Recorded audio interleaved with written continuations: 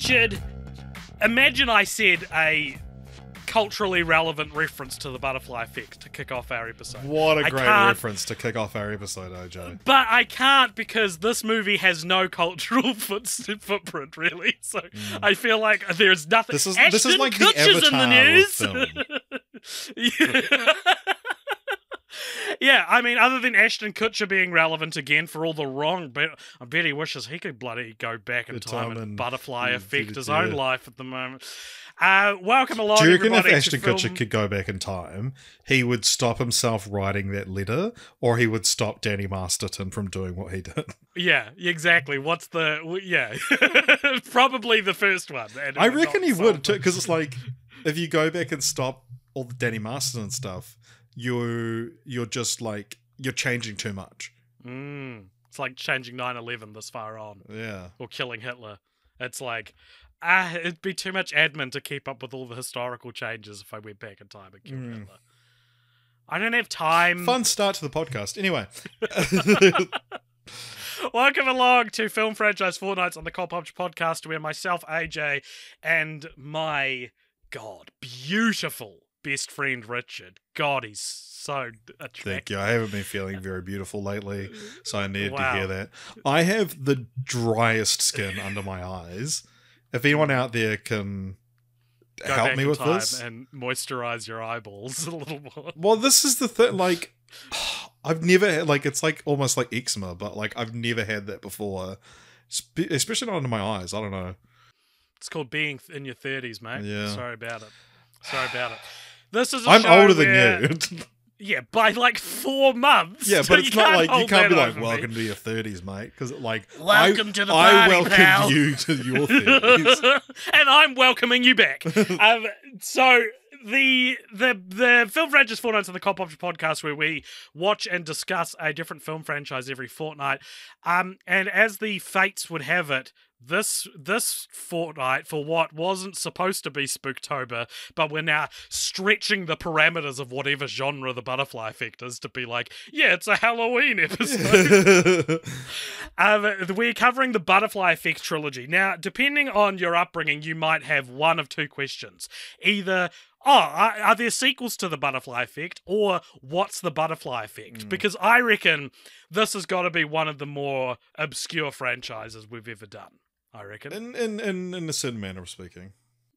I reckon there's so many people who don't know a fucking thing about this trilogy. The Butterfly Effect came out, the first one came out in 2004. The second one, The Butterfly Effect 2, came out in 2006. With the third one, The Butterfly Effect Revelations, came out in 2009. The last two were straight to DVD. The first one, I think, had a theatrical run. Straight to cinemas. It was a mainstay of the $10 DVD bargain bin. Yeah, absolutely. It's that kind of film. Late 2000s. Plays on TV all the time. You'd get it out because it's like kind of adult, but not really. Like it's a lot of one of those, like, it's the first movie, of this kind that you watch. The first psychological thriller that you ever see. Yeah. So, it came out in 2004, directed by Eric Bress and J. Mackie Gruber, who are the writers of Final Destination 2. Which, Bress also wrote... very similar to that, yeah. Yep, Bress also wrote Final Destination, the Final Destination, the worst one. And both are the creators of the TV show Kyle XY, which if you've seen is very different to the Butterfly Effect. I looked up these guys to see what else they'd done, and I didn't come across the Kyle XY thing. That's interesting. I didn't I just looked at their filmography. And they don't have a lot of other films. No. And maybe the most important piece of information we can preface this episode with to sort of really drive home what kind of movies these are is the disparity between the critic score on Rotten Tomatoes and the audience score. Yes. So I would like you to guess both of these, please. I would guess the audience score is like mid-70s. And then I would guess the critic score is like 40. You're just off. We've got a critic score of 34% and an audience score of 81%. Oof. Oh, you don't see this often. The critics put out the hit for the Butterfly Effect. What do fans of the Butterfly Effect call themselves? butterflies. Yeah, I guess. Hmm. What They is it call about? them friends of Evan, the main character in the Butterfly. Evan Treeborn, one of the Yeah. worst main character names I've ever heard. Like, straight up. And it's one of those things that, like, you know, you've talked about, like, why do I still remember the name Larry Daly from Night at the Museum? It's like, I've always known Evan Treeborn's name because it's, like, you know, if you'd asked me at any point in the last, you know, since I first saw this movie when I was probably 12 or 13, I would be able to tell you his name is Evan Treeborn, because those writers, they thought they were being so clever, and his name is Event Reborn because he can do events again. I never knew that. Yeah. That's incredible. That's really funny that you didn't pick up on that. That's the smartest thing about this movie. It's the dumbest thing about this movie, yeah. Evan Treeborn. I hate Evan Treeborn as a name because it's what I would have thought of at that age if I was doing like, you know, for film class doing like a time travel movie. It's so stupid. Anyway, so Evan Treeborn, the film starts with like sort of a greatest hits of his trauma, and so you see about half an hour before Kutcher appears as the character. You see all these little pieces in his life, and he's prone to these blackouts, and so sort of the biggest turning points in his life he's not actually like psychologically present for, and let's just put this here. Content warning for a bunch of shit that just did not need to be explored in these movies. We're talking sexual assault, child molestation, that sort of shit is going to be part of this discussion. So if that triggers you, I assure you guys, this is not a good enough franchise to stick around listening to if you struggle with hearing people talk about this. We're not going to joke about it. It's just that, you know, it needs to be discussed. Yeah. Yeah. And then, when we get to part of his treatment for this is to therapy. write diaries detailing what happened, and then, you know, that might be able to help him remember some of the blackouts. And then cut to he's now in college. He's, I think, 24 he's supposed to be, or something like that. It's quite young, right. Younger than Ashton Kutcher looks. And he finds these diaries again. He starts to read one of them. And then he time travels back to where he, like the blackout, blew up a baby. He blew up a baby with dynamite. Yeah, and so he just observes it this time, but then he realizes, oh shit, I can go back and right some of the wrongs from my past. And so each time he goes back, he returns to modern day in a completely different universe, essentially multiverse. It's like, this is very much like a precursor to the multiverse boom of films, I think. But this is what the titular butterfly effect refers to as the chaos theory idea, that which you would think would be the big, you know, glue that holds the three films together.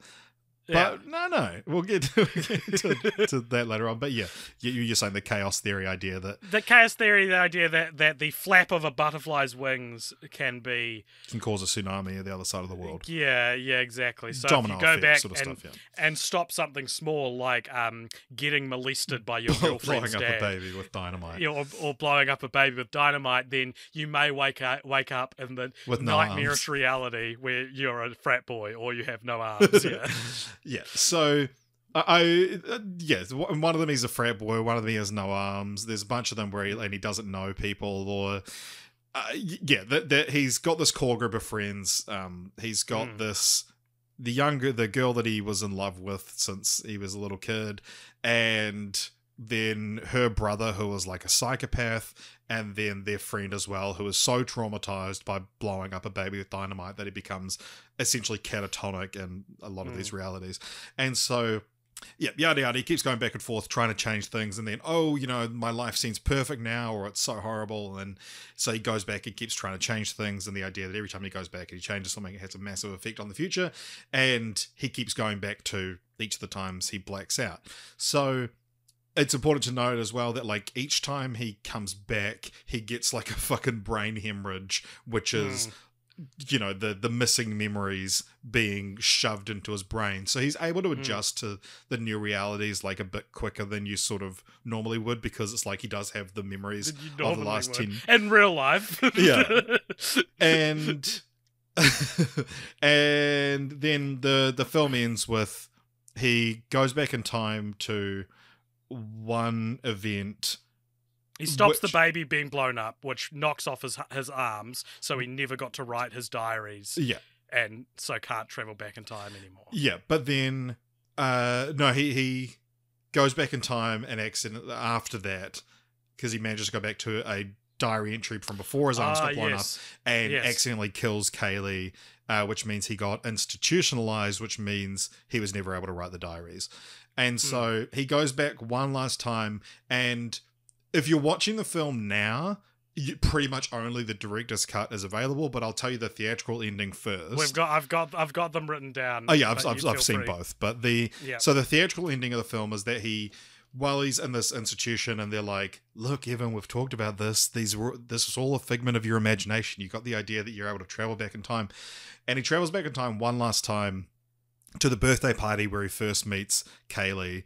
And he says, hey, look, who's Amy Smart's character, the love of his life. And he says, hey, look, if you ever come near me again, I'm going to fucking kill your whole family. And she's like, runs off and is like, oh man, I'm so scared of this kid. And that means that she goes to live with her mother, and then most of, these horrible events of Evan's life never happened because a lot of them revolved around her and her family. She only stayed to live with her pedophile father because she wanted to stay near Evan, and they have their lives going in completely different directions. And at the very end of the film, he's years later, he's some kind of business guy in New York City, and he walks past Kaylee. They share a look but keep on walking in opposite directions. And then there's a few different versions of that. One, they stop and he's like, oh, hey, Kaylee, right? And she's like, what? And he's like, yo, you just look like a Kaylee. And he buys her a drink and they live happily ever after. And then there's one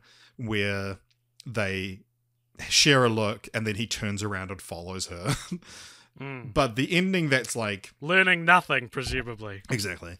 But the ending that if you download the film now or like buy the DVD, this is like the default ending on the DVD, which I got 5 minutes into the film and remembered, oh, I have this on DVD, I can watch it on that. But in this one, it's all the same up until the point. There's one added scene to make this ending work earlier on. But he, instead of watching a home movie of this birthday party, he watches a home movie of his own birth, and he goes back in time to when he was in the womb, and he wraps his umbilical cord around himself, giving his mother her either third or fourth stillbirth in a row. Fourth stillborn in a row. But the thing is, so earlier in the film, her previous children did the same also thing. could butterfly effect. But then earlier in the film, she says she had 2 stillborns in a row, and then at the end of the film, when it flashes back in his mind while this is happening to remind the audience of it, she says 3. I wonder, is that a goof? Is that a mistake? Interesting. I think so. I did notice it as well. But I've noticed that every time I've watched it, but it's not until now that I've realised I'm not just misremembering that 2 and 3 are each different time. numbers. Yeah, I thought they were the same number, Richard. But it is, because also he realises he's like, oh man, my mum has cancer because of all the time travel. I don't know. Because she started chain smoking. Oh yeah. Because of the last thing, because he blew his arms off, she started chain smoking and now has cancer. And so he's like, I know, I'll do her a favour. I'll go back in time and give her 3rd or 4th stillborn baby in a row. Oh, yeah. That'll fix things. That'll make my mother feel better. Yeah. Like I'm just saying, like, if I was a mother and I was dying of cancer and I'm in my 50s, presumably, right? I would rather that and still have my son, whom I adore, than have lived a full life without him, Yeah. Well, the director's cut ending is very edgy and like I saw on Reddit and stuff like that a bunch of people saying like, did you know there's an alternate ending where he strangles himself but I had only ever seen that version. Yeah, same. Yeah. And then I found out, there was an original ending. And I think the original ending is so much better. It's like, it's a lot better, the idea of like, Kaylee is better off without me in her life, rather than one of these films that has a the message of you are a burden to everyone, kill yourself. It is a repugnant message to put in a film. And insane that it made it all this way. Insane that it I don't think you could do this ending now. I think writers are too self-aware of the. These days. Well, you can't say you can't even say fuck, Richard, without the bloody woke police wanting to butterfly effect your fucking birth. You know? So I think that I think that there is no good ending to the Butterfly Effect. I think both endings are bad. We'll get into this a little bit after we discuss the endings. But when I first saw this movie, I saw the strangulation in the womb ending, and I thought, great ending. I was 12 years old, great ending, right? Yeah. Then years later, I watched this ending where he goes back in time and tells little Kaylee, if you come near me, I'll kill you and your family. And here's the problem with that ending, is that I don't think it's particularly exciting. What the womb strangulation ending has over that ending is that it's a dramatic gesture. It's a piece of action. It's doing something. It's quite high stakes. And I think on paper that's a better ending. And I don't think scaring a little girl is particularly high stakes. I disagree. I mean, I think that, you're right. The actual action that he goes back in time and does is obviously a lot bigger when he strangles himself in utero. But I think that the seeing Kaylee's life without Evan in it is the climax, not the scaring a little kid. I think that that's your big cinematic climax, is the flashes we get of everything that, fits in with the story we've had up until now. I see what you're saying. Okay, well, Richard, we've gotten pretty far into this episode without discussing a fairly important and crucial piece of the puzzle for our discussion around this movie anyway, because in case listeners, if you couldn't tell, we're speaking quite negatively and making fun of this movie a lot. All of this being said, all of my distaste for this movie still standing, this is one of the most important films I've ever seen in my life.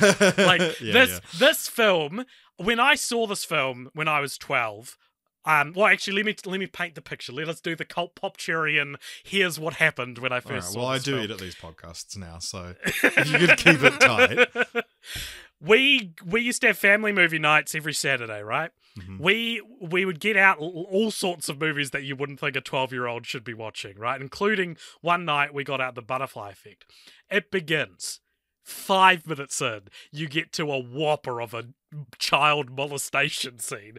And my dad just said, no, we're not watching this. Turn it off. The movie gets shut off, right? Years later, I must have been like 10. Because years later, when I was 12 or 13, my brother saw it and was like, Alex, I've seen The Butterfly Effect. You have to watch the whole thing. Yeah. It's amazing. Watched it and I was like, this is mature film. This is what mature adults watch. Yeah. Mature adults. Your first adult film. You watched. Yeah. Mature adults watch films with like Ashton Kutcher. Ashton Kutcher in horrible child molestation scenes, and scenes where babies get blown up with dynamite, and scenes where someone gets raped in prison. Like, adult movies rape their protagonists. These are the things I believed. Like, this is hard. And you look at the films that you made around that time, and all of those things are prison. And I just thought this was, and like I told all my friends to watch it. Like, you've got to watch it. He gets raped in prison. I watched it. Like, I was gravitated to. A dog gets burnt alive. Yeah. I was gravitated to similar films, like we just discussed on a Patreon episode we just recorded. The Number 23 is very much holds hands with The Butterfly Effect. The Adrian Brody movie, The Jacket, was another one that I cannot remember what it is, but I remember thinking, this is my favorite movie because it's like The Butterfly Effect. This movie influenced what I would write. I remember being 14 and trying to write a novel that was essentially, Richard, The Butterfly Effect, and all, not in concept, but in very much in tone. And like, it was just I just felt like it was such a groundbreaking and interesting and great movie. And as I started to get older, I started realizing how frustrated I was getting with the endings. and then eventually got to the point where I was like, I must have seen it again and just been like, this movie sucks. Like, this is so bad. This movie is so poorly made. A lot of the criticism that I was looking up, like the Rotten Tomatoes critical consensus and all the like Roger Ebert reviews and stuff, they talk about how tasteless the film is. And I think that's so apt. And when I was 12, as I said, I thought depictions of animal abuse and prison rape were these mature, dark things that you have to be mature enough to handle watching in a film.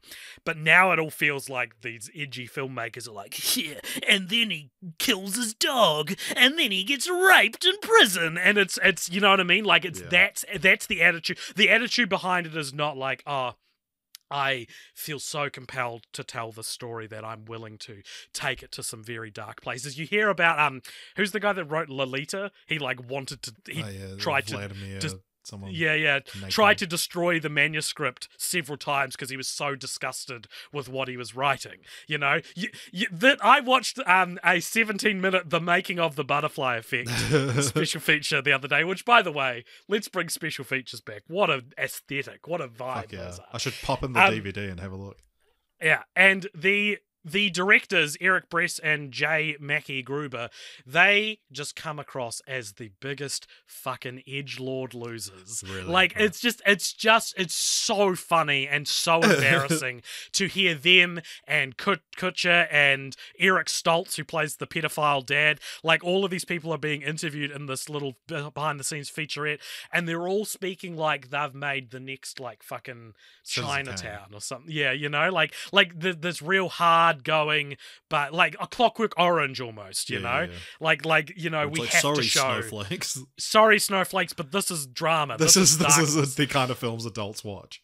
Yeah, but they just come across as such fucking pathetic, sad losers. Yeah. And I felt so bad watching it because they talk about it like they're like, oh, we wrote this script and it got shopped around Hollywood and people wanted to buy it from us, and we were like, no, we have to direct. They got the Final Destination 2 writing job because of the script. Like, they'd already written The Butterfly Effect, and then because of that wrote Final Destination 2, and that's what gave them the like clout to be able to direct their own film, basically.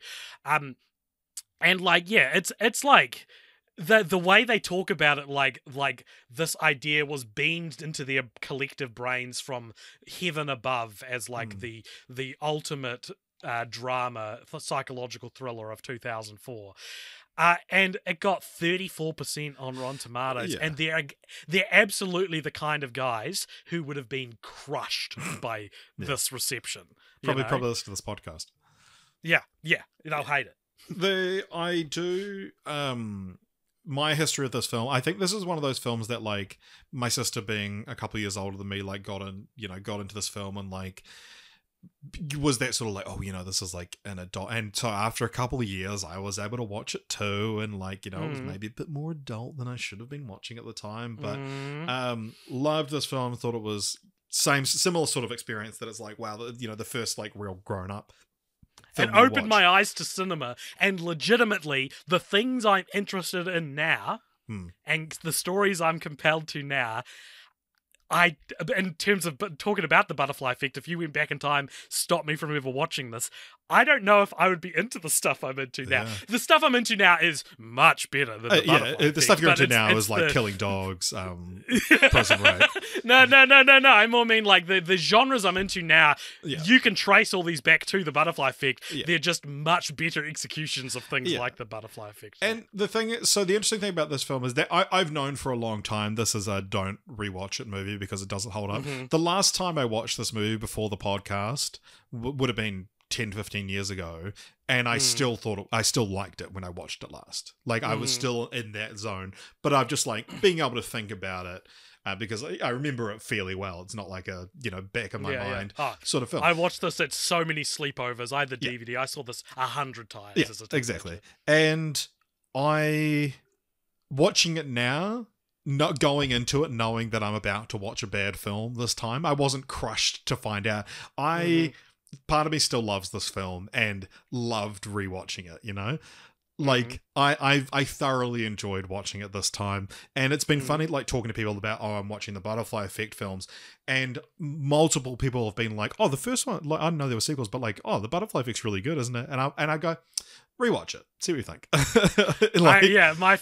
My flatmate was like, what franchise are you doing this fortnight? And I was like, oh, I gotta watch the Butterfly Effect Trilogy. And she was like, oh, the first one's all right, isn't it? And I was like, no.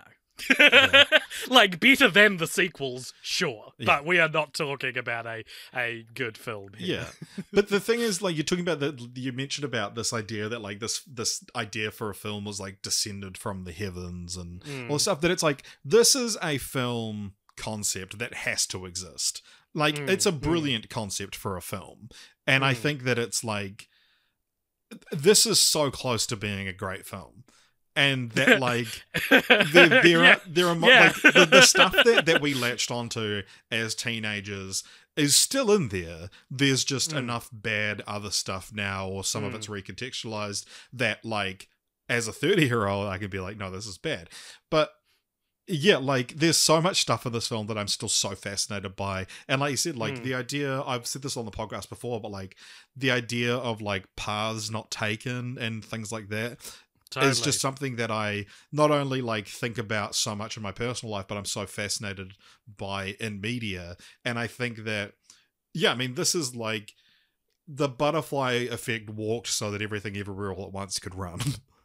Yeah, sure, man. Like, absolutely. they're, in a lot of ways, they're very similar films, and like, absolutely, yeah. I think that this really, I mean, you know, you could, if you made this now, people would say this is just capitalizing on Everything Everywhere All at Once, because it's like the frat boy persona where he ended up with the love of his life and like all these things. It's like, yeah, it's so multiverse coded. Yeah. I would like to talk about some of the funniest bad stuff in this movie. Yeah. If we may. The stuff that really lets it down. Because despite the writers and directors saying, you know, acting like they were given this idea from Olympus on high itself, you know, this was Prometheus gave them the butterfly effect. Stealing from the gods. The idea for the butterfly effect. Yeah. Despite that, it's also like not a very well thought out execution. One of the most famous bad things about this film, and one of, like, if we're talking about plot holes in film, this is like the poster boy for plot holes, because it is so specifically going against the logic already set up by the film. Like, the most important the titular butterfly effect, that, like, this famous scene that goes against it. So he's in prison because he kills Tommy in his frat boy days. And which, do you know where they filmed that? Where? An actual prison. And the extras are prisoners. I think I did know that. But yeah, it's like, isn't that looks crazy? like it. But one of the his cellmate, who is Kevin Durand from Lost and X-Men Origins Wolverine. Also, Scooby-Doo 2, Monsters Unleashed, and Austin Powers. This is our fourth Kevin Durand franchise. But yeah, he's in Mexican face, which is not a great. So much so that I only found out it was Kevin Durand when you messaged me this week saying, "Holy shit, that's Kevin Durand." Yeah, but anyway, so he's like, I need help. I need protection from the gangs in prison. I need you to help me. I can travel through time. Here, I'm going to show you. So his cellmate is very religious, and he's like, I'm going to travel back in time and give you a sign and show you what I can do. So he travels back in time to a time where he blacked out and drew this creepy picture. So he goes back in time, draws a creepy picture for seemingly no reason. It's a picture of him having murdered the gang. The gang, right? And the first scene of the movie is the teacher pulling aside Evan's mum and being like, he drew this creepy picture and doesn't remember drawing it. Oh, yeah. And it sets up this mystery. This isn't the plot hole. This is just something I think is exceptionally dumb in the edgy content, the edgy conversation of this movie. Is he just the reason he drew that creepy picture is because he went back in time and wanted to be creepy for instance. The wanted to worry his mum, who he loves. Yeah. He just decides to draw this picture for no reason. He went back in time, got told, "What do you want to be when you grow up?" And that was adult Evan's answer to that. Yeah. And so he drew it, and then he gets up after finishing his picture, walks over to those things that you stab receipts onto, essentially just a giant spike. There's two of those. Not good things to have in a classroom, I thought. But he says, "Oh, Mrs. Miller," or whatever her name is, and just slams his hands down on them, piercing through. Miller is actually the surname of Kaylee and Tommy. Yeah, probably. I think Mr. Miller is Eric Stoltz's character. Anyway, continue. And slams them down, and then he reappears in prison with a cellmate, now having had these stigmata, the scars on his hands appear as if from the heavens, and it freaks him out. He's Much like cool. the concept of the butterfly effect and itself. so he agrees to help him, and then he goes into the Nazi cell and uses a bunch of racial slurs. And but so the thing, so break it down, is that the first thing is there's several things wrong with it. Yeah, but so he goes back in time, and so if he had done this as a kid, first of all, the scars would have always been there. They wouldn't have just appeared in front of this guy. But also, the probably more important thing is that initially, in the first scene of the film, when he has been given his mum's been given the drawing that he did, he hadn't slammed his hands on those. And so, because he when did he draw the drawing? When did he draw the drawing? And made this small change, it should have made a big difference in his future. And he just wouldn't like how be a in butterfly prison. flapping his wings. Yeah. It's such a stupid, betrayal also, of everything the film stands for. It also makes you question, what did he do in the regular timeline when he blacked out these times? Yeah. Because if in this one he stigmated his fucking little kid hands, is that not, but he still drew the picture. So even if he wasn't going back in time to be creepy on purpose, he still drew the creepy picture, also for no reason. Why did he draw the creepy picture? There's no plot reason why he would have drawn that. Talking about the various blackouts he has, that is one of my favorite ideas of the film, though. That we're talking about time travel and things. I love the idea of the closed loop time travel, where it's you've always traveled back in time, and so there's these moments of his life that he can't remember because in the future he travels back to those bits, and so adult Evan is experiencing it, and he's taking over his consciousness. And it's not a perfect, it doesn't make perfect sense, but it's the same kind of time travel, I guess, that in a sense that the Harry Potter movies do, where it's they're always there, or the example that's given is that you go back to investigate the cause of a fire and you inadvertently caused the fire. But yeah, I've always thought that was a cool idea, that it's he blacks out because he's been taken over, and because of the blackout, he knows that that's a time that he can go back to because he wrote about the blackout. Yeah. Also, one thing I think is stupid about that plot hole, it's not part of the plot hole, is the whole reason for him going back in time, for him stabbing his hands, for him drawing the creepy picture, was to convince his cellmate, who already likes him, to protect him.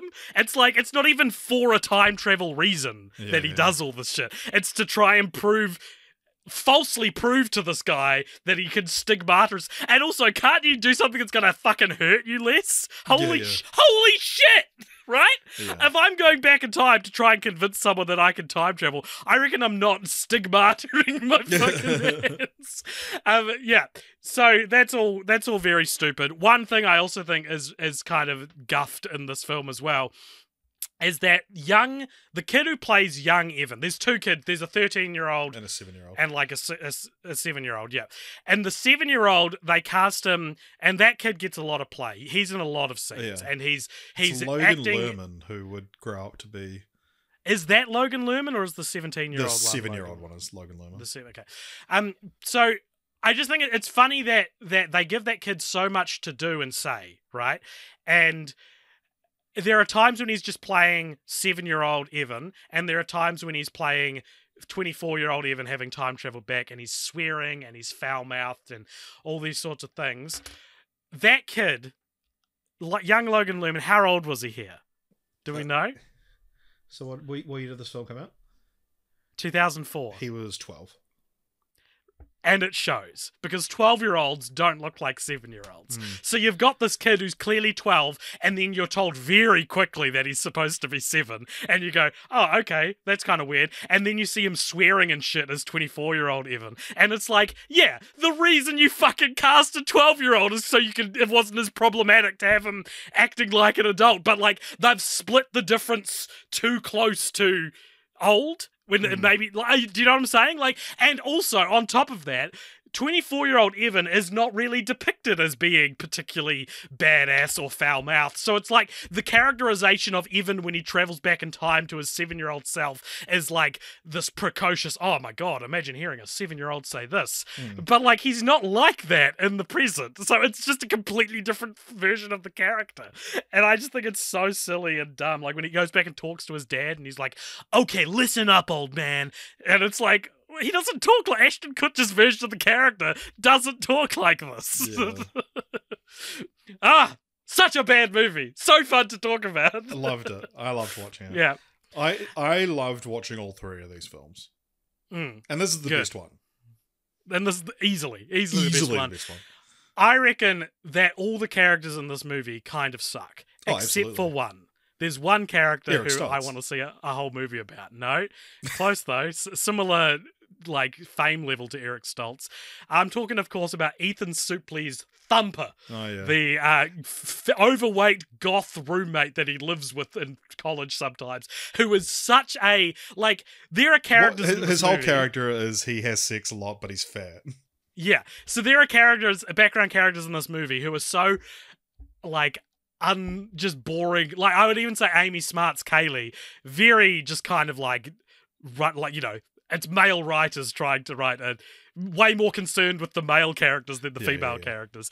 And yet they could have easily made Evan's college roommate just a normal guy, but they made him such a specific vision. it's like, where is this dude going? Let's follow Thumper's Butterfly Effect, you know? Like, it's such a weird addition to the movie because it feels like such care was taken in crafting that character, and for what? For what reason? He doesn't have closure. He doesn't have an arc. What I think it is that I bet in earlier drafts of the script that character was supposed to be like Lenny.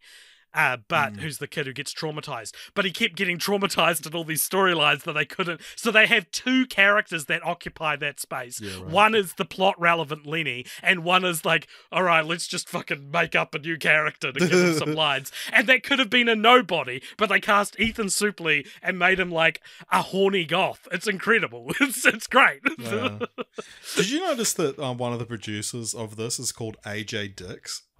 Yeah, I did, actually. I was going to take a photo of it and send you it. And be like, finally!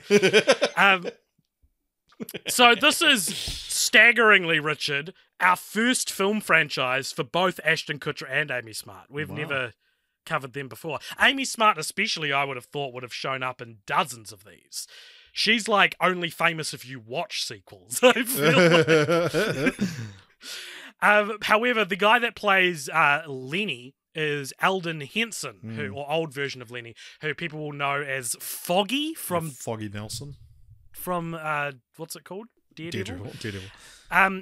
This is his 8th film in Film Franchise Fortnights. We've seen him before in Mockingjay Parts 1 and 2, all 3 Mighty Ducks films, Jaws the Revenge, and Dumb and Dumberer, When Harry Met Lloyd. Oh, wow. This is where we've seen this guy before. Just at a glance, looking at Amy Smart's filmography, I don't think she's ever done a sequel. No, but she's in films that have sequels. Oh no, she's done. She's in both Crank films. Yeah, there you go. She's in films that have the same kind of sequel that the Butterfly Effect have. Richard, we've got a segment on the show that I think we should stop doing called Franchise, where we try to decide why this became a franchise. And usually the answer is money. And in this case, it's like there's no production notes on the sequels.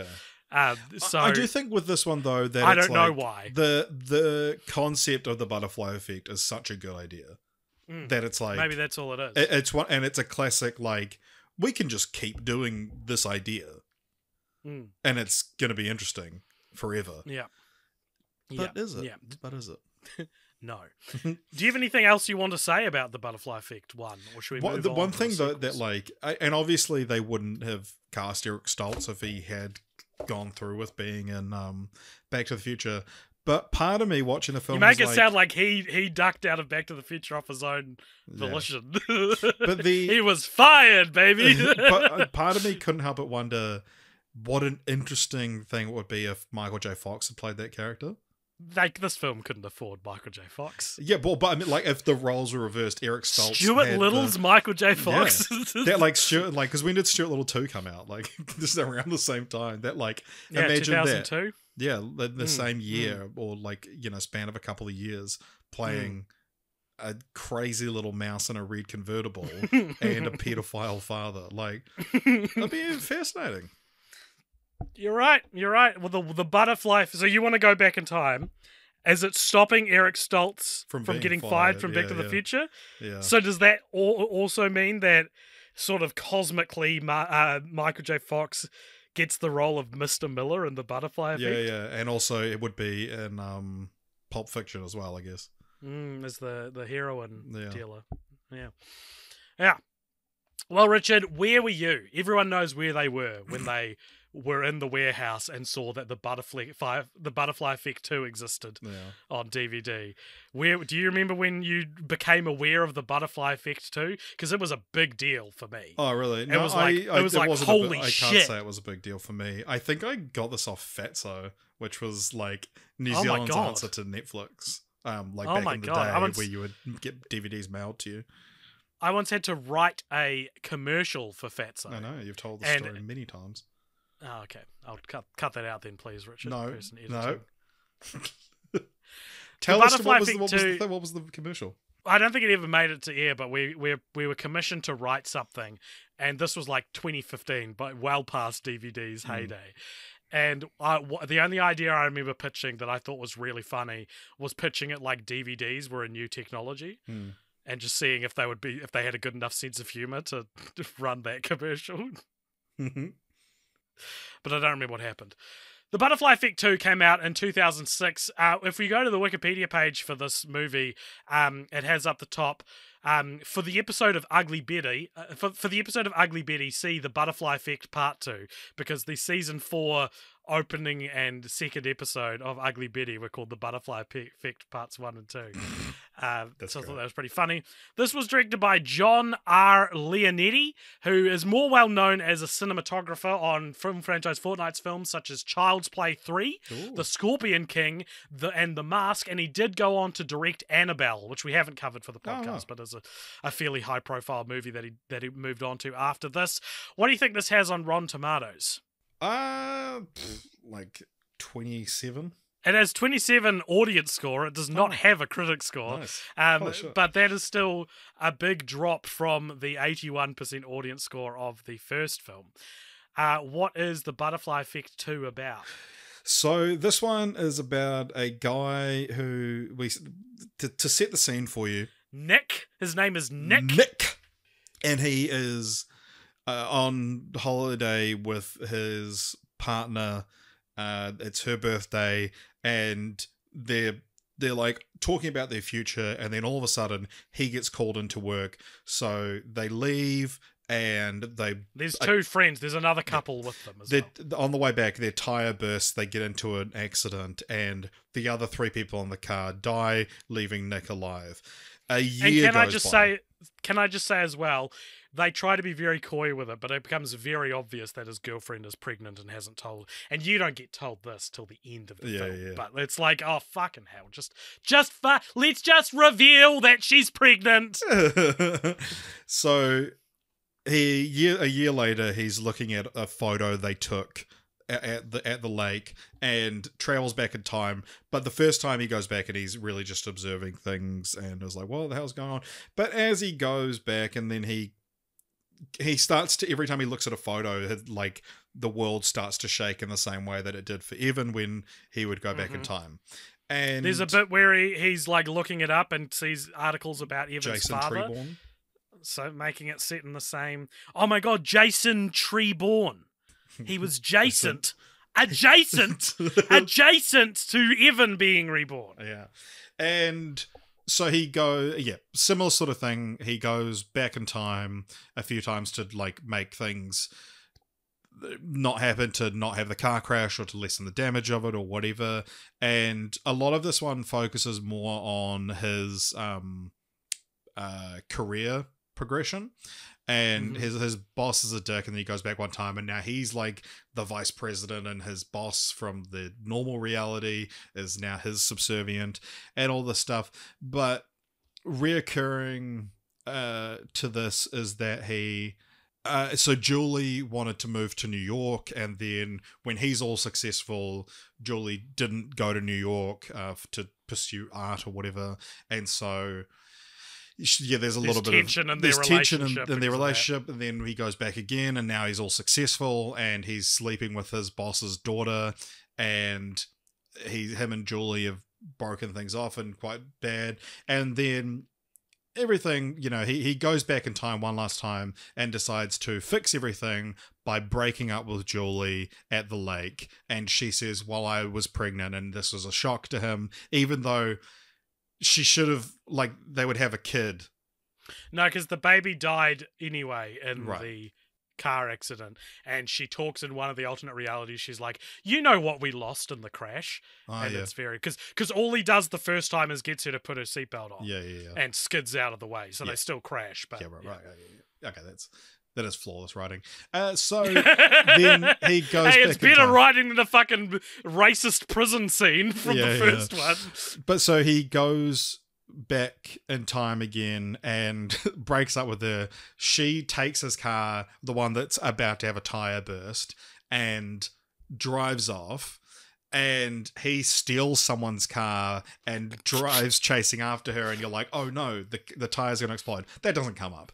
But the semi-truck is coming towards them, and they're driving alongside each other. So he's driving down the wrong side of the road, and he thinks to himself, oh, what I have to do is to fucking kill myself, I guess, and to make everything right. So he gets into the accident, and then it cuts to the future. She now has the kid. It's named Nick Jr., and it's implied that he has the same abilities as his dad, because to travel back to his dad's memories. Yeah. So let's see that movie. But he goes back in time to his dad's past and has sex with his mum, becomes his own father. The thing about this one is, so the time travel mechanic is different. He does it by looking at photos, but it's never explored, because it ends up being that it's like, oh, his, when he's successful, it's because he's fucking corrupt, and like his whole business is corrupt and shit. But he never tries just going to New York with Julie. Like, these guys love each other. We're not shown enough that like his presence in her life is so toxic that they can never be together. It's just that like when he forced her to stay for his work, she slightly resented him for it. So he goes back in time and is like, right, we have nothing to do with each other. But it's like, you so easily could have made this work. Go back, replace your tire before it bursts, then realize, oh, I shouldn't be at this toxic environment. I want to be with Julie. Let's move to New York together so you can pursue your dream. But instead he's like, no, I have to die. It's such a stupid ending. But it's not just true of this film. My overwhelming thought watching all three of these movies, especially this one, is how easy it would be to stop everyone dying. Yeah. Because even if it's not the car crash, his like best friend gets beat up in a corporate deal gone wrong and all this sort of thing. But like, they go back to the holiday, fix your tire, or don't go to work. Don't get called into work. An even more obvious solution. That one requires you doing nothing. Like that one actually requires lack of action to stop everyone from dying. You don't have to go to New York. You don't even have to give up your job necessarily if they're forgiving you for not coming in on a Sunday or whatever it is. Well, the whole idea Just is that it's don't like go he's to not going to fucking get work. promoted if he doesn't go to this meeting. Right, but by this point, Nick knows that that's worth that, this is the thing, that it's like, I can get, like, if you're writing a movie like this, it's not a good message to be like, no, the career is just as important or is more important than love. Like, no, you've written this film, you have to side with love. Yeah. I'm sorry, but those are the rules. Like, those are the rules. And so, yeah, to not try and make the relationship work at the cost of your career, because also he's like in a tech startup. So it's like, he's got transferable skills. He would find work in New York. I'm sorry, I guess it's not the Silicon Valley, but like, it's such a stupid ending to the film because they want to have the same ending as the first one. Yeah. So one of the other reasons he goes back in time is that in the future where everything's basically perfect for him, and he's with whatever her name is, Julie.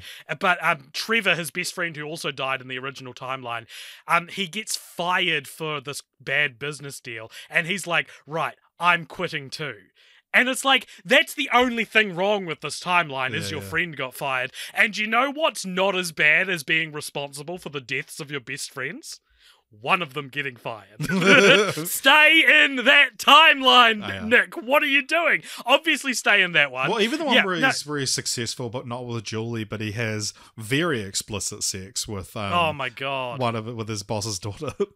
It's so 2004 straight to video. Oh, we're in the golden age of low budget film sex scenes in 2006. Oh my god. And they just get more explicit as well. Oh my god. To be fair to this film, you don't actually see nipple. When you think you're about to see nipple, you can see a little pasty on it.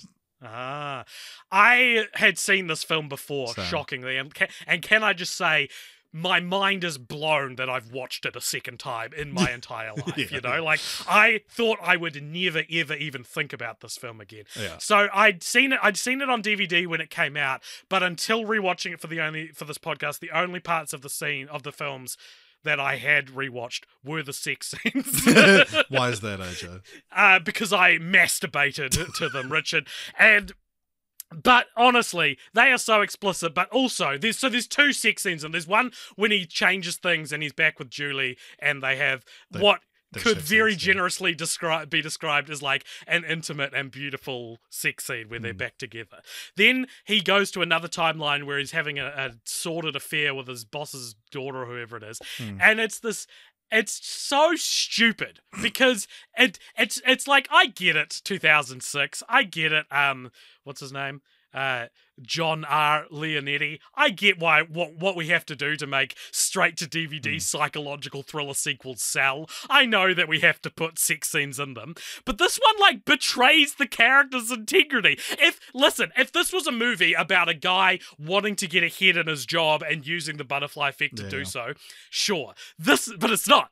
This is a movie about a guy who is repeatedly trying to save the life of the woman he is in love with. The father and of you're his, telling the, me the mother of his child. The mother of his child. And you're telling me that you felt it very natural to write into this that he has this crazy sex with his boss's daughter in this corporate bathroom. In mild defense of that scene, I will say... Okay, mildly defend it, please, Richard. The two things about that scene that I'm like, okay. So one is that, like, in the middle of this, she pulls out a camera and is like, yeah, it'd be so hot. Like, let's take a photo while we're having sex.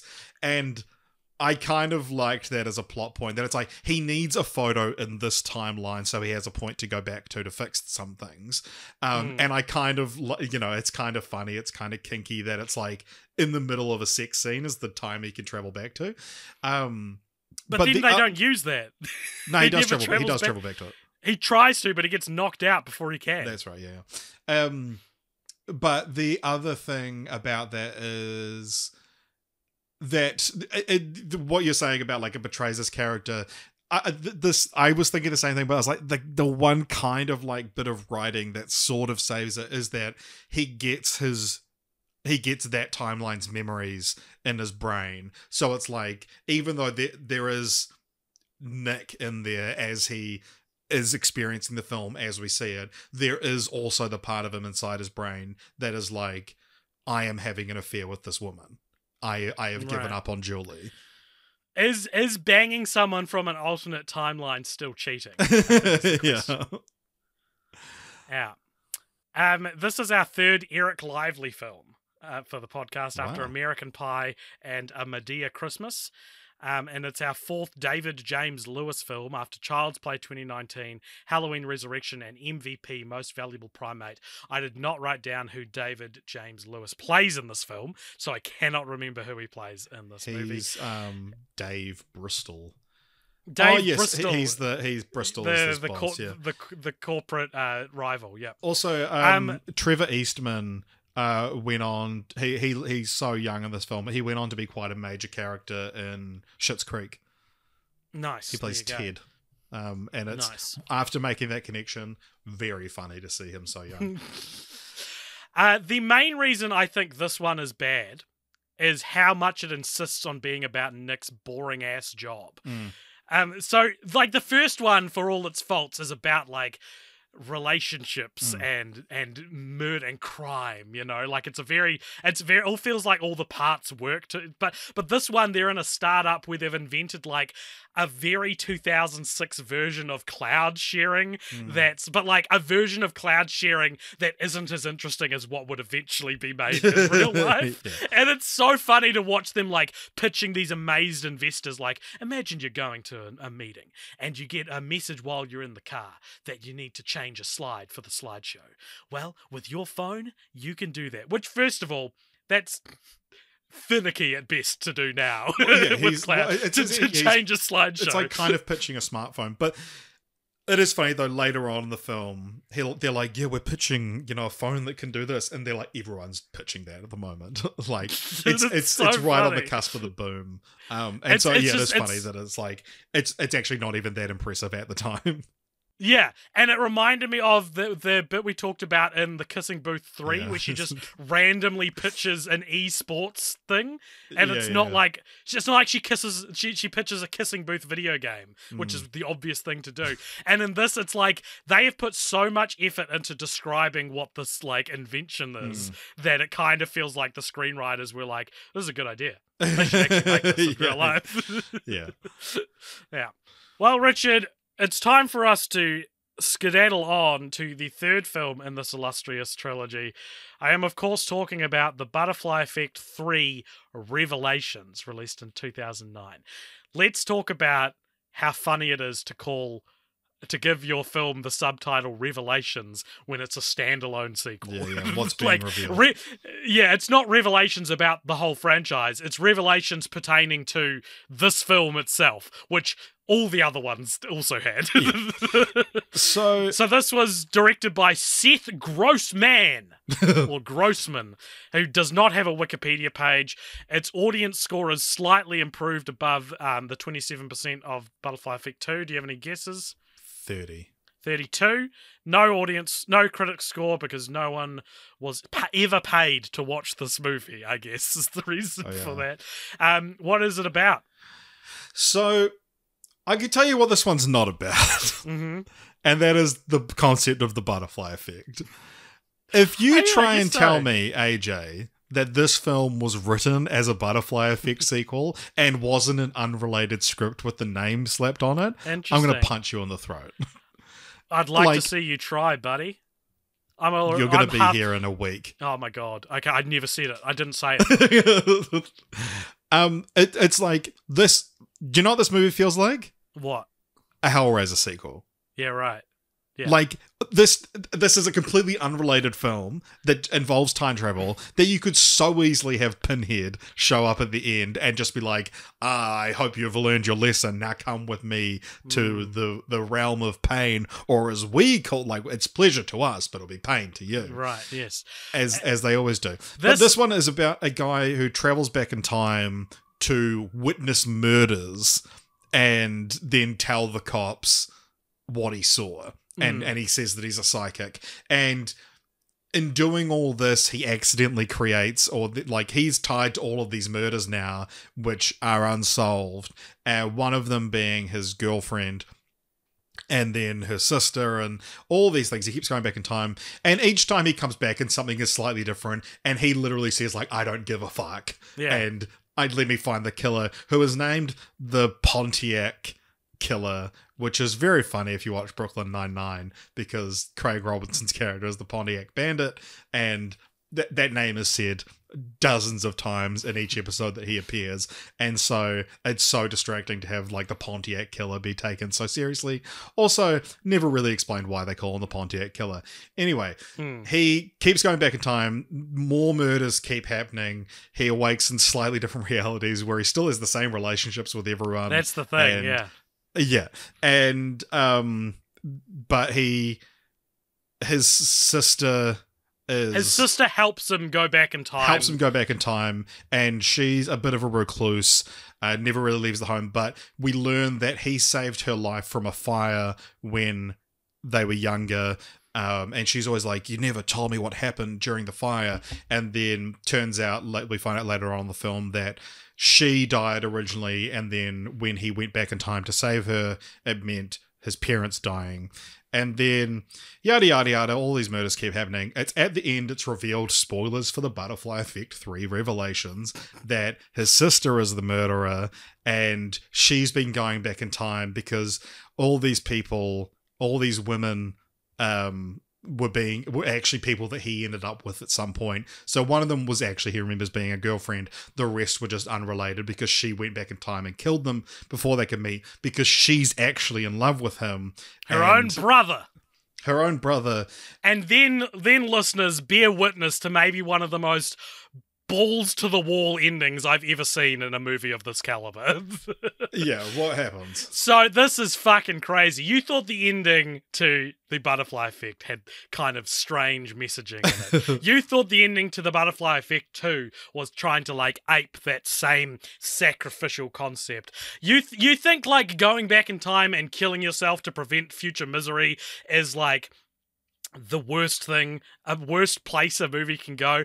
This movie one-ups that, because this movie goes, let's go back and kill Hitler theory, in concept, where he goes back in time to that fire and actively holds her bedroom door shut while she desperately cries and pleads to be let out. This is her before she's a murderer, before she's a villain. He makes sure that she dies in the fire, and it is harrowing. If this was a well-acted film, it would be traumatizing to watch. Luckily, it's not. Remember the Nightmare on Elm Street reboot when they're like burning Freddy alive? Yeah. But what's his name? Jackie O'Haley is the best actor in the film. Yeah. So it's like when he's screaming for his life, it's like, let him out. Yeah, like it is such a nuts ending. I could not believe that was where they landed on. But then also it cuts to now present day. Sam, the main character, has a daughter named Jenna with Rebecca, who was murdered, and then the daughter just like has this doll and just puts it on a barbecue grill, watches it burn, and smiles. Well, he named her after his sister, and it's implied that for some reason she's also evil, which very similar ending to the second one as well with the baby. So, look, it's interesting. You came at it from, this was not supposed to be a Butterfly Effect film.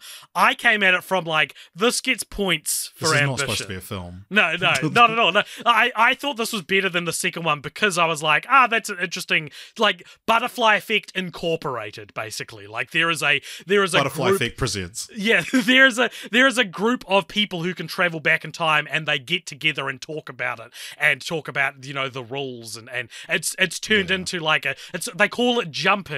And it is kind of reminiscent of that movie Jumper. There's another time traveler in the film called Goldberg, who's one, another actor in the movie, and he acts as like a mentor, and that's exclusively his like the only reason he's in the film. But I did think that the Butterfly Effect Incorporated feels like something you or I would pitch for continue the franchise, Yeah, but ultimately, yep. Well, I just think that it's such a betrayal of the franchise to it depends how much you care about. The ramifications thing is it should be called the Butterfly Effect 3 Ramifications. Ramifications would be a good subtitle for this. Well, series. It's not about the ramifications. No, it's more exactly. about revelations than it is about ramifications. It's true. Ultimately, I thought this got very lost in its own concept, and I was struggling to keep up with what they were actually talking about. But it became very clear, despite me being like, oh, this is an ambitious approach, it all falls apart as soon as the person butterfly affecting starts including other people in his operations.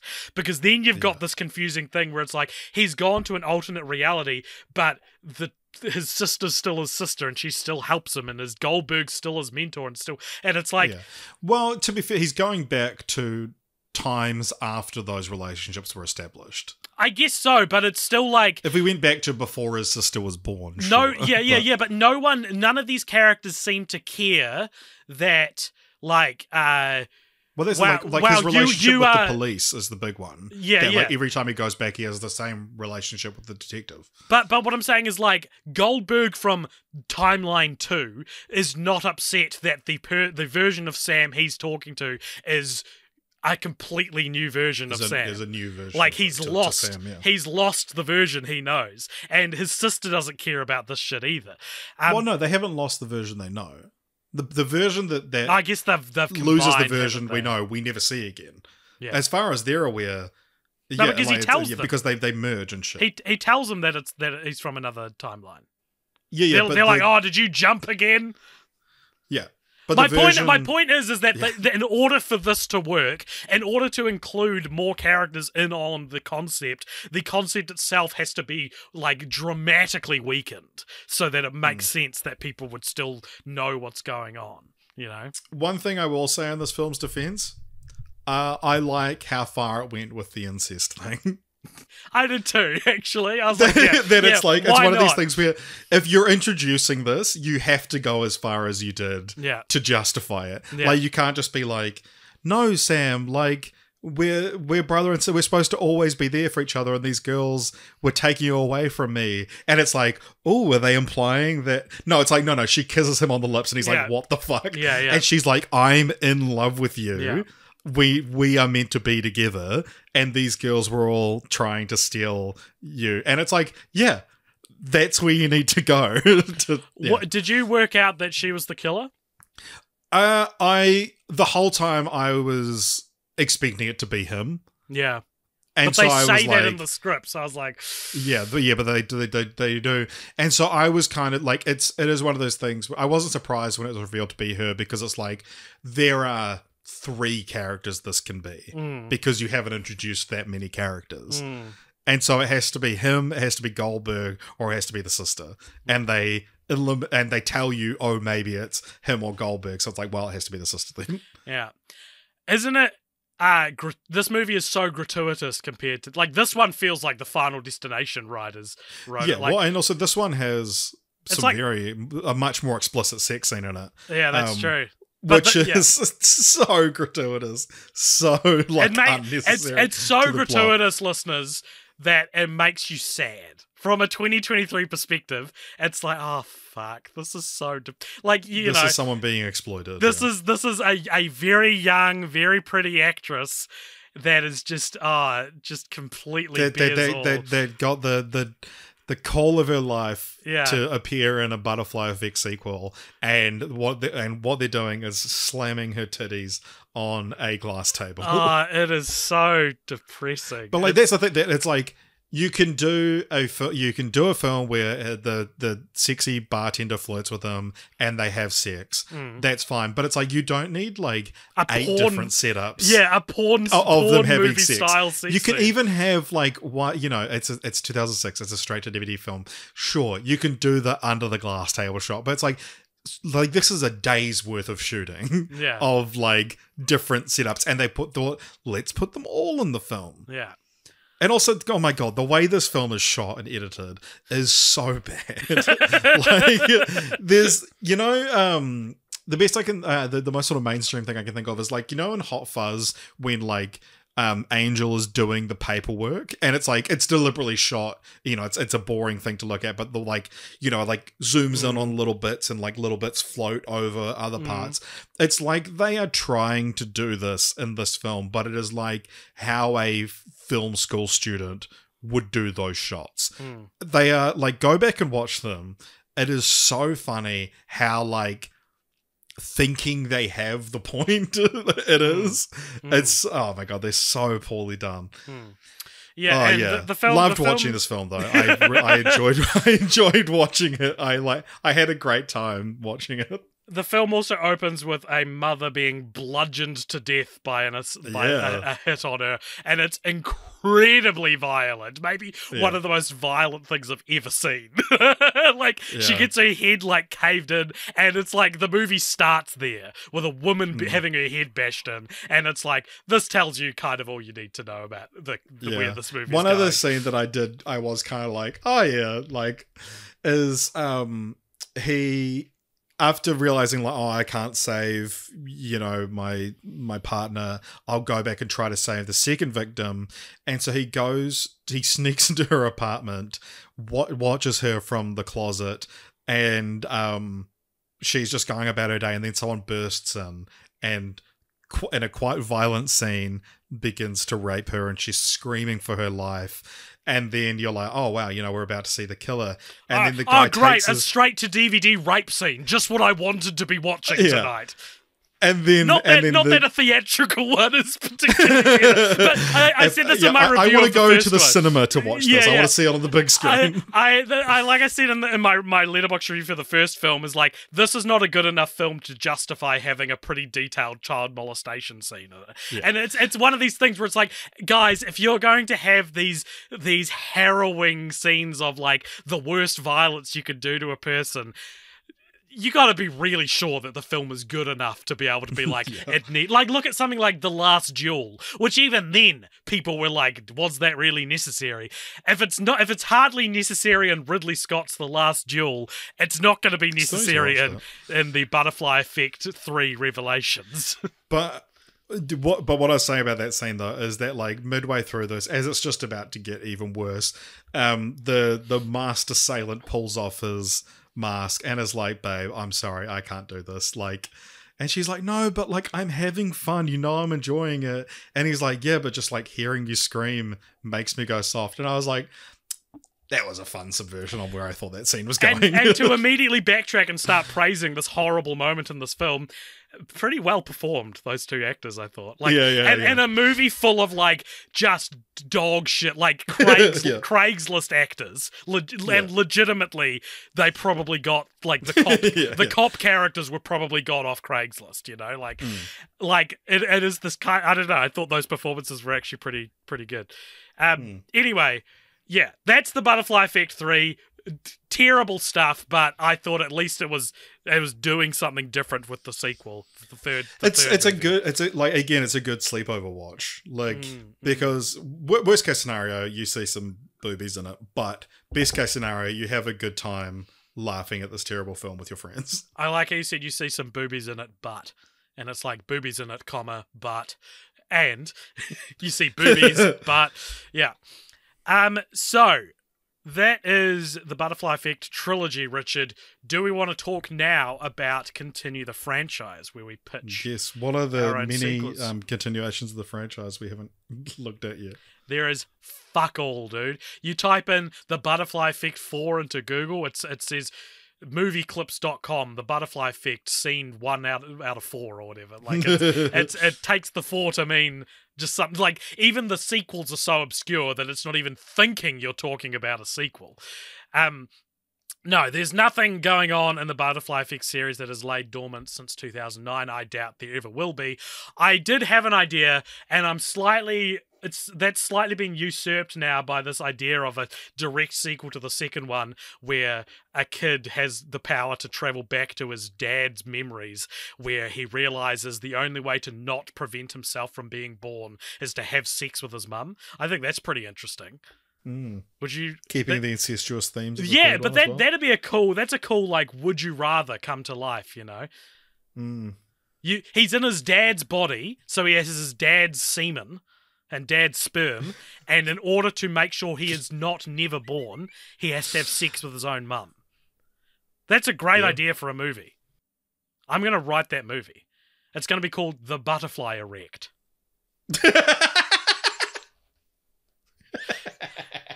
No, I do have a better and actually pretty good continue the franchise to pitch you.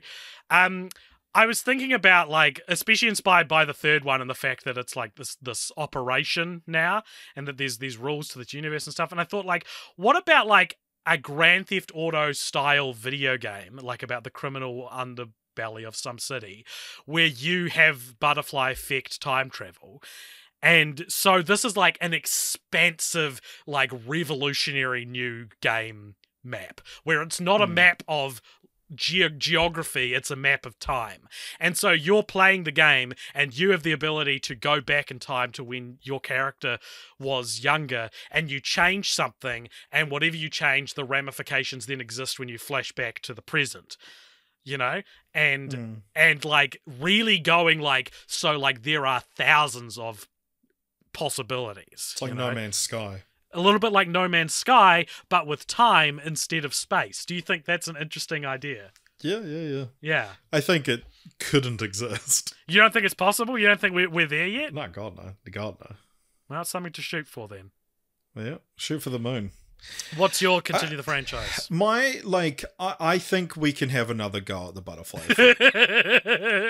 I think that, guys, you hear can me make out. this work. I think that there is a way to make this concept work, and I think the things I'm fascinated by are like the idea of like alternate realities. What if I'd never done this? But I also love the like people going mad, essentially being like, I can make everything work. You know, it's like no matter what happens, you go back and something is always going to go wrong, because especially if there's this idea that like there are moments in life that are fated to happen no matter what you go back and change. And I love the idea of like, you know, people being driven mad because it's like, no, I can make everything work. And actually the idea I had, which I remembered that during the third one, I was like, this is a good idea, remember this, and I completely forgot it until now. But I think that if you remake a Butterfly Effect, and this could be a TV show actually, because it already is a TV show, and what I'm pitching is the show True Calling. The second season of True Calling. If you haven't seen True Calling, it was great when I was a kid. I don't know if it holds up, but it's this woman who works at a morgue played by Eliza Dushku, and the amount of fucking times you've told me what True Calling is about on this podcast over the years. I'm pretty sure this is the first time I've ever brought up No, True Calling. it is not. You talk about True Calling all the time. Bring up one clip. Bring up one You're clip the of me editor. talking It's about your True responsibility now. No, I'm if anyone can find an episode where I've brought up True Calling, I'll send you a patch. And I'll actually do it. I'm not going to send Dave his that I owe him. I will, Dave, at some point. Anyway, but the thing so yeah, she works at a morgue. The dead bodies come to life and say, "Help me," and she relives the previous day and has to save that person's life. Anywho, in the second season of the show, Jason Priestley is introduced as a character. I can't remember the guy's name, but he also relives the day, but he has to ensure the person dies. So it's essentially like one's working for good, one is working for evil, or one's like, you know, essentially his character is just ensuring that the timeline goes ahead as it's supposed to. And there's one day where they relive, but they get the other person's vision. So it's like True has to make the person stay dead. Anyway, I think the idea of two people butterfly affecting, and it's one person's job to ensure everything stays the same. Nice. I'm really compelled by what you said about, like, you know, it drives you mad, butterfly affecting. You know, it drives you insane, and there's always going to be something you can't change. And I actually think that revelation, no pun intended, is the revelation that the writers of the original film did not have about what the film should be about. Ashton Kutcher's The Butterfly Effect should be a film about accepting where you are in life.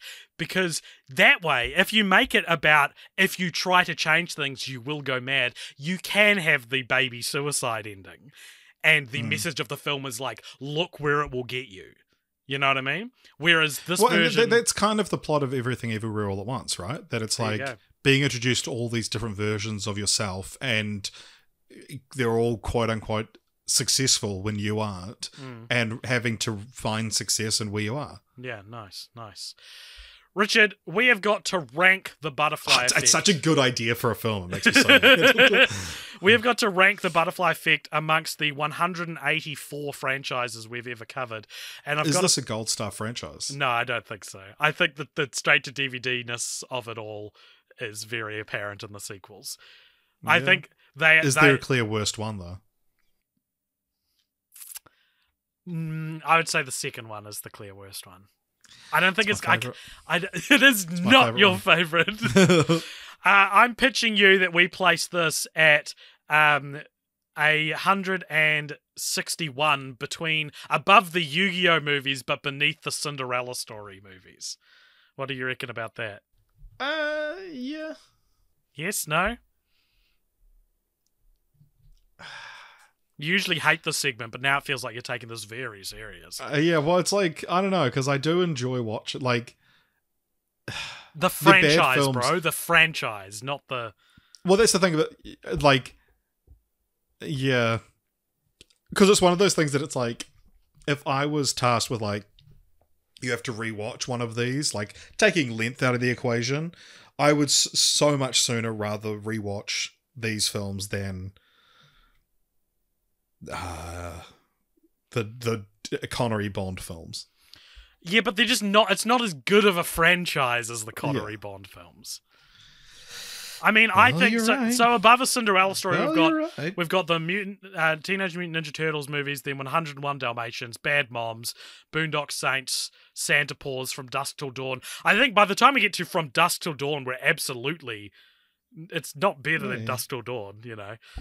I'm happy to adjust it if you like, but yeah. So 161, you're happy with? Yeah, I mean, you know, we could be here adjusting till dawn, referencing the wrong franchise. Sweet. Okay, well, that is where we have ranked the Butterfly Effect Trilogy, Richard. There's only one thing we need to do now, and that's reveal what the next franchise is. It is supposed to be Spooktober. We got behind on episodes, thus making Spooktober kind of forgotten this year. But we have asked the patrons to suggest some spooky franchises. I think we've remembered Spooktober. We can at least have one spooky franchise. I think the Butterfly Effect fits. I was terrified. So this one, Butterfly Effect 3 Revelations on Wikipedia is called an American science fiction horror thriller. Easy. Done. Sorted. If we can't include science fiction horror thrillers in Spooktober, AJ, I don't want to do the fucking podcast, alright? Alrighty, so now we're gonna reveal what the patrons have voted for our next franchise, which we'll be covering in 2 weeks. If you want to get in on this and start suggesting which franchises we watch as well, you can do this over at patreon.com/cultpopture. Richard, if you're able to reveal what is won after I do the little pluggies, I would just like to say that if people enjoyed listening to this episode, then please consider subscribing at all the places. You can find us wherever you're listening to this right now. You can also follow us on Instagram and Twitter at cultpopture. Sorry, X, not Twitter. And you can also jump on our Discord and chat all things Butterfly Effect with us this week on the Disky. And yeah, as just said, if you want to join the Patreon, you can do that as well at patreon.com/cultpopture, where people have told us our next franchise for Spooktober. Richard, tell me what it is. Next franchise we will be covering is one that it feels long overdue in a lot of ways. We are going to be covering the 8 films in the Leprechaun franchise, which just beat out the Exorcist franchise on the Patreon vote. Leprechaun. Honestly, we should have done this for a St. Patrick's Day episode, guys. Yeah, you dumb fucks. I know nothing. I know that one of them's called In the Hood. And then Back to the Hood. And Back to the Hood. It's all, and Warwick Davis, that's all I know about this franchise. Space. So, and in space. We're finally getting an in space franchise. It's actually in the title. So stay tuned for that fun episode. Hope people watch along with that one, because I don't know how much people are going to understand if we watch 8 movies that they haven't seen. Yeah. When did this podcast get to the point where you need to have watched the franchise to follow along with us, do you reckon? Do you reckon we hit that point years ago, or is it still... No, I like to think that we still, you don't need to listen to watch. Nice. You don't need to listen. Well, thank you so much for listening, if you did, and we will see you next fortnight for the Leprechaun series. And if you stick around for the post-credit scene, or just coming at you after this music ends, you may hear a little question or thing that is asked or suggested by you, the listener. Happy Halloween, everybody, and whatever you do, do not go back in time and change something small. Just observe. That's the only safe way. Yeah.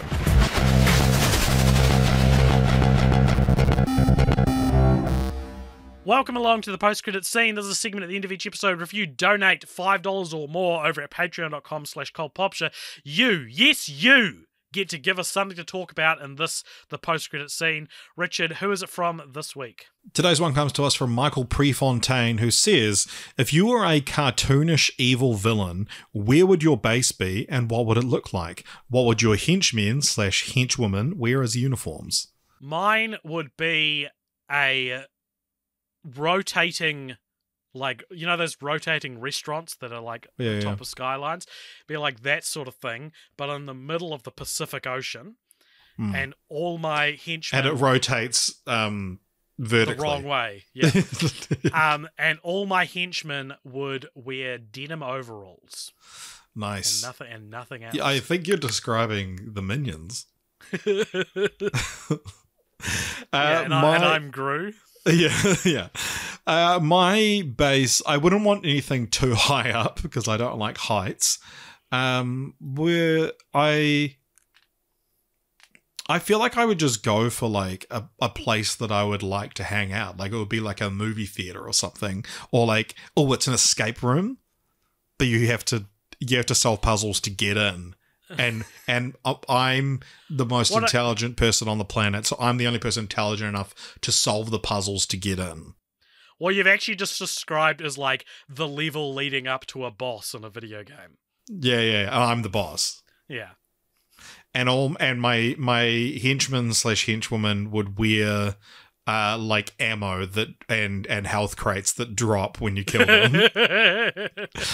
And then I attack you and just a pattern. And you would also you say no one's smart enough to get further deep into this fortress, but what you've done is you've actually left crates of ammo and health where no one has been. Just in case you end up there one day. Well, yeah, and once you get past the wall, that's no one has breached this wall in centuries. Yeah. There's some of my henchmen there. Yeah.